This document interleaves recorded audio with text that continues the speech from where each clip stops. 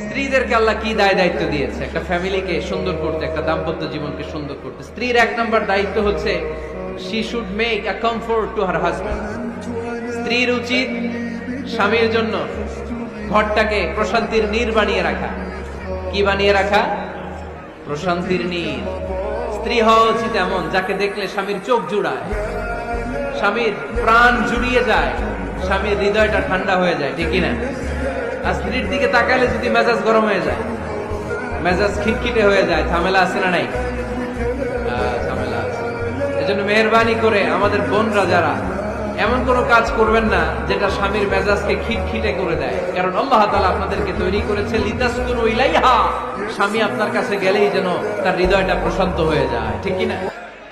অনেক স্ত্রী আছে না জেনে না বুঝে স্বামীর সাথে এমন খিটখিটে মেজাজ দেখায় যেটা স্বামীর জন্য মেনে নেওয়া কষ্টকর।